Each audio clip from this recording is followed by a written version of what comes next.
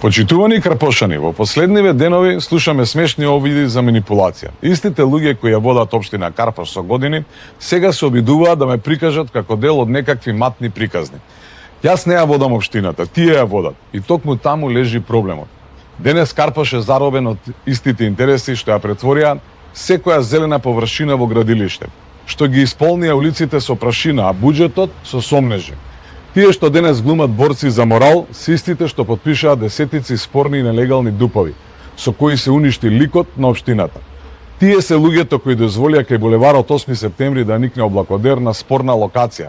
Под нивно водство се планира да никне огромно бетонско чудовиште кај Алумина, да никнат уште 5 згради на Прашкан. Се планира проширување на настел во ново издание, се турка трговски центар пред зградата на Горење, а и нова зграда пред Борис Трајковски спортскиот центар. И тоа е само дел од еден куп дупови донесени под маса зад грбот на граѓаните, со сериозни закани за квалитетот на живот во Карпош.